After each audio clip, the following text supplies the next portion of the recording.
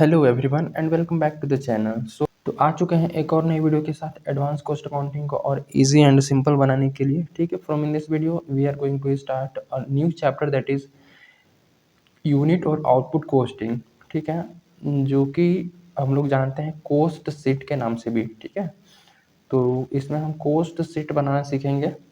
ठीक है, तो स्टार्ट करते हैं इस चैप्टर को और देखते हैं कि इसमें क्या क्या हमें करना है।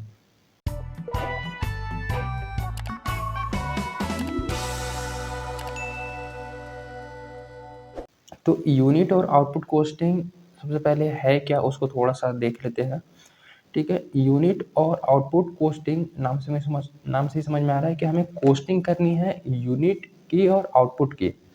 ठीक है, कि कोई एक इंडस्ट्री है जहाँ पर सेम टाइप के प्रोडक्ट बन रहे हैं, जैसे कि सोप हो गया, शैम्पू हो गया। ठीक है ना, इस सारे इंडस्ट्री के हैं प्रोडक्ट जो बनते हैं सब एक टाइप की प्रोडक्ट बनते हैं। देखो, यूनिट और output costing is used in those industry और organisations where standard products are produced from common process. ठीक है, प्रोसेस से स्टैंडर्ड प्रोडक्ट जो है वो बन रहे हैं। ठीक है, एंड ऑल द जो यूनिट जो बन रहे हैं वो सिमिलर हैं ईच अदर। ठीक है, this is known as unit single costing method भी इसको बोला जाता है। ठीक है, सिंगल कोस्टिंग मेथड। इसमें हमें करना क्या होता है कि जो भी आउटपुट बन रहा है उसकी टोटल कॉस्ट और पर यूनिट कॉस्ट निकालने की कोशिश करनी होती है कि पर यूनिट कॉस्ट जो है वो कितना आ रहा है। ठीक है ना, जितने भी सारे एक्सपेंस रहेगा, ठीक है, एक्सपेंसेस को टोटल करेंगे तो टोटल कॉस्ट आएगा। ठीक है, उसको फिर हमें डिवाइड करना होता है यूनिट से, कितना यूनिट मैन्युफैक्चरिंग हुआ है, तो पता चल जाएगा कि कॉस्ट पर यूनिट क्या रहने वाला है।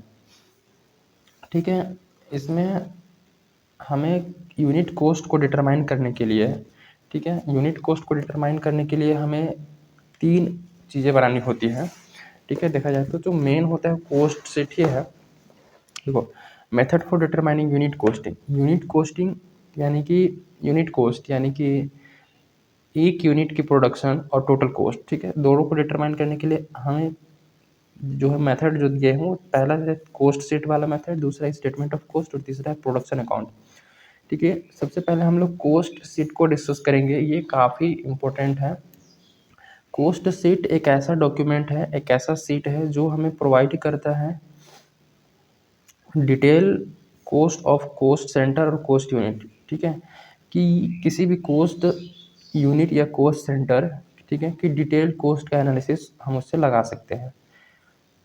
असेंबली मतलब कि वहाँ पर सभी चीज़ें डिटेल में मेंशन होती है। ठीक है, कि उस प्रोडक्ट को बनने पे कौन कौन सी एक्सपेंसेस इनकर हुई हैं। ठीक है, तो सिंपल सा कॉस्ट शीट को ही वो आगे बढ़ाते हुए इसकी फॉर्मेट वगैरह देखने की कोशिश करते हैं। कॉस्ट शीट का तो वैसे फॉर्मेट जो है वो बुक में बहुत बड़ा भी दिया है और सिंपल सा फॉर्मेट भी है, तो हम लोग जो है काम करेंगे वो सिंपल सा फॉर्मेट में करेंगे। ठीक है, सबसे पहले इधर लिखेंगे पर्टिकुलर, ठीक है, टोटल कॉस्ट और कॉस्ट पर यूनिट, ये है कॉस्ट पर यूनिट, और इधर आउटपुट लिख लेंगे कितना आउटपुट बना है। ठीक है, देन सबसे पहले डायरेक्ट मटेरियल की जो प्रोडक्ट बना है उसको बनने पर डायरेक्ट मटेरियल कितना लगा है वो क्वेश्चन में दिया रहेगा। डायरेक्ट लेबर जो है उसको देखेंगे, डायरेक्ट लेबर यानी कि वेजेस, कितना वेजेस पे हुआ है वो दिया रहेगा, और डायरेक्ट एक्सपेंस, इन तीनों को जोड़ेंगे।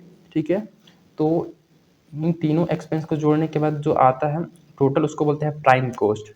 ठीक है, तो प्राइम कॉस्ट में डायरेक्ट मटेरियल, डायरेक्ट लेबर और डायरेक्ट एक्सपेंस जुड़ा है। ठीक है, प्राइम कॉस्ट के बाद, प्राइम कॉस्ट का मतलब वो मेन कॉस्ट जो प्रोडक्ट पे इंकर हुआ है, प्रोडक्ट बनाने पे मेन जो उसका एक्सपेंस, उसका पार्ट का जो खर्च है वो लगा है। ठीक है, उसके बाद उसमें जोड़ेंगे फैक्ट्री ओवरहेड। फैक्ट्री ओवरहेड सारे फैक्ट्री से रिलेटेड खर्चे हैं।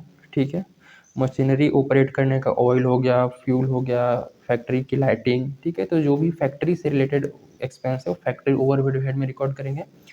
फैक्ट्री ओवरहेड को जोड़ने के बाद आता है उसको बोलते हैं वर्क कॉस्ट या फैक्ट्री कॉस्ट। ठीक है, फैक्ट्री कॉस्ट या वर्क कॉस्ट, उस कॉस्ट में फिर हम जोड़ेंगे ऑफिस और एडमिनिस्ट्रेशन कॉस्ट। ठीक है, ऑफिस से रिलेटेड जितने भी एक्सपेंस होंगे उसको ऑफिस और एडमिनिस्ट्रेशन ओवरहेड के अंदर जोड़ा जाएगा।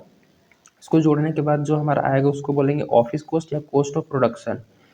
ठीक है, इन तीनों को देखो, सबसे पहले प्राइम कॉस्ट आया, फिर वर्क कॉस्ट आया, फिर ऑफिस कॉस्ट जोड़ने के बाद कॉस्ट ऑफ प्रोडक्शन आया। कॉस्ट ऑफ प्रोडक्शन को हम लोग ऑफिस कॉस्ट या कॉस्ट ऑफ प्रोडक्शन यहाँ तक, ठीक है, के सामान बन के रेडी हुआ है। अब सामान बन के रेडी हो गया, कॉस्ट ऑफ प्रोडक्शन पता चल गया। इसमें जोड़ेंगे सेलिंग एंड डिस्ट्रीब्यूशन एक्सपेंस, अगर क्वेश्चन में दिया है तो इसको बेचने पे कितना खर्चा आ रहा है, ठीक है, उसको बोलेंगे। फिर जो जो एक्सपेंस जोड़ने के बाद जो आएगा उसको बोलेंगे टोटल कॉस्ट, ठीक है। टोटल कॉस्ट को इसको और दूसरा नाम से कॉस्ट ऑफ गुड्स सोल्ड भी बोला जाता है, कि जो सामान बेचने वाला है उसका कॉस्ट कितना है, कॉस्ट ऑफ गुड्स सोल्ड, जो गुड्स सोल्ड होने वाला है उसका कॉस्ट कितना आ गया है टोटल, ठीक है। ठीक है, उसके बाद हम इसमें प्रॉफिट को जोड़ेंगे और उसको फाइनली इसको सेल करा जाएगा। तो ये फॉर्मेट है सिंपल सा कॉस्ट शीट का। इसी फॉर्मेट पे काम करते हुए हम बुक की क्वेश्चन को आगे जो है वो कंटिन्यू करेंगे, ठीक है। तो इसमें हम लोग प्रैक्टिकल क्वेश्चन डायरेक्टली सॉल्व करेंगे, ठीक है। आपको पता होगा कि हम लोग जो असम के एल गुप्ता जो बुक है कॉस्ट अकाउंटिंग की, उसी से हम लोग कंटिन्यू कर रहे हैं, जो कि एडवांस कॉस्ट अकाउंटिंग में भी एकदम सेम टू सेम है, ठीक है। तो सबसे पहला क्वेश्चन नंबर 1 से शुरू करते हैं कि कॉस्ट शीट हमें बनाना है। लॉन्ग कैलकुलेशन क्वेश्चन या लॉन्ग न्यूमेरिकल क्वेश्चन है, कॉस्ट शीट बनानी है सबसे पहले। तो बोल रखा है कि in factory 500 units of product A were manufactured, output दे दिया है कि 500 यूनिट जो है वो मैन्युफैक्चरिंग हुई है। कब? जून के महीने में 2021 में, ठीक है। फ्रॉम द फॉलोइंग फिगर से हमें क्या ऑब्टेन करना है? Costing record. अच्छा, कोस्टिंग रिकॉर्ड से कुछ जानकारी दी गई है, उसके हिसाब से हमें कोस्ट शीट बनाना है। Prepare cost sheet showing cost per unit. Cost per unit भी हमें निकालना इसमें है, कोस्ट पर यूनिट भी हमें कॉलम उसमें रहेगा, ठीक है। इसमें सबसे पहले बताया है रॉ मटेरियल कितना लगा है, ऑफिस ओवरहेड कितना लगा है, डायरेक्ट लेबर कितना है, सेलिंग ओवरहेड है और फैक्ट्री ओवरहेड है, ठीक है। इसके बाद एक जानकारी और इधर देख के रखी है, आपको लोग को दिख रहा होगा, तो डायरेक्ट एक्सपेंसेस दिया है 10,000 का, ठीक है। बस जानकारी क्वेश्चन में इतना ही है, इसी के बेस पर हमें जो है वो कोस्ट शीट तैयार करना है। तो सिंपल सा फॉर्मेट इसका बनेगा और सिंपल सा इसका क्वेश्चन भी है, ठीक। उसको मैं दिखाता हूँ। तो ये देखो, सबसे पहले हम लोग कोस्ट शीट लिखेंगे, और कोस्ट शीट और लिख सकते हो फॉर द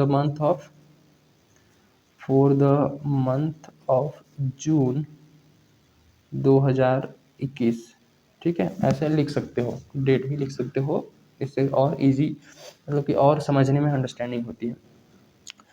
कोस्ट शीट जो है पर्टिकुलर, इधर टोटल कॉस्ट का एक कॉलम और एक कॉस्ट पर यूनिट का कॉलम, इधर यूनिट लिख लेंगे 500 यूनिट, ठीक है। अब क्या करेंगे, सबसे पहले डायरेक्ट मटेरियल 50,000 दिया हुआ था, ठीक है। इधर देखोगे तो रॉ मटेरियल 50,000 है, डायरेक्ट लेबर है 40,000 और डायरेक्ट एक्सपेंस उस पेज में दिया था 10,000 का।